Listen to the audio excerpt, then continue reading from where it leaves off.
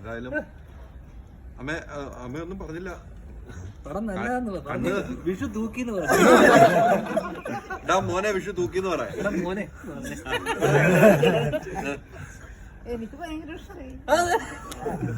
അതിന് കരണേന്ദ്ര ചിരിച്ചാ പോരെ? കരണേന്ദ്ര അതിന് അത് പറയാനൊന്നുമില്ല. വിഷു നമ്മള് തൂക്കോ?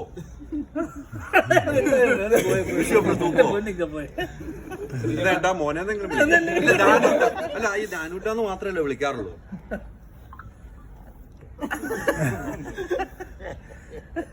പോയാലോ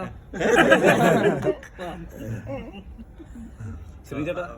അവസാനമായിട്ടൊരു കാര്യം ചോദിക്കുകയാണ്.